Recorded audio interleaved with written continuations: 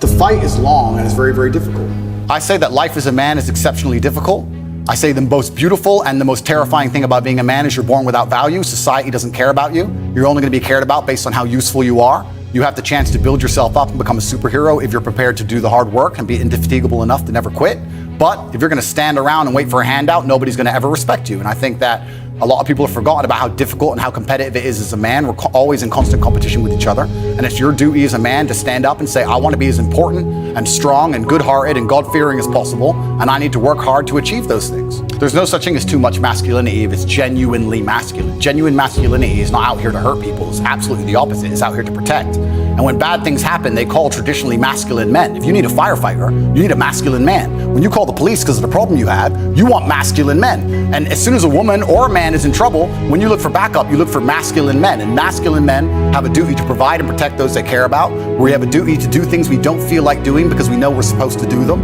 And that's why we stayed in the Titanic and died. Those were masculine men. And I think a lot of the things I'm saying now about masculinity and how people should act in the world, how the world should function, were considered completely normal and accepted by everybody only 20 years ago. I think the world's just lost its mind. For me to stand up and say a man should protect a woman now gets to be called a misogynist and canceled. If I said that 10 years ago, everyone would say, duh. And what's funny is, everyone who argues against me and says men shouldn't protect women, especially all the feminists, if they were with their boyfriend and a man broke into their house, guess who they'd expect to go downstairs? Who do you think? Think they go themselves? Are they going to Afghanistan? No, we send men to do these things. So right now in Ukraine, men cannot leave. Women are allowed to leave because men have to fight in the front line and women are allowed to go to Dubai. That is how it is. And the dangerous thing about overly emotional men is that they're dangerous. They're genuinely dangerous. This is what's crazy.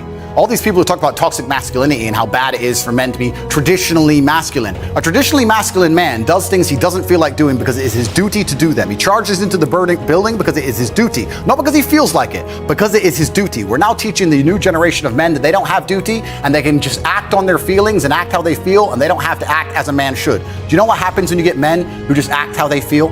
You get school shooters, you get violence, you get rapists. Men who do not control their emotions are dangerous. If you find a man who is stoic, he's not going to hurt people. He's going to sit and think about his actions very carefully, and he's going to be a good man who protects and provides for his family. You find a man who just acts out on impulse and does whatever he feels like, you're going to find a dangerous man. Sitting here telling men to cry more and act with their feelings and it's okay to feel this way, that way, etc., and have no self-control. That is why we have the problems we have in the world.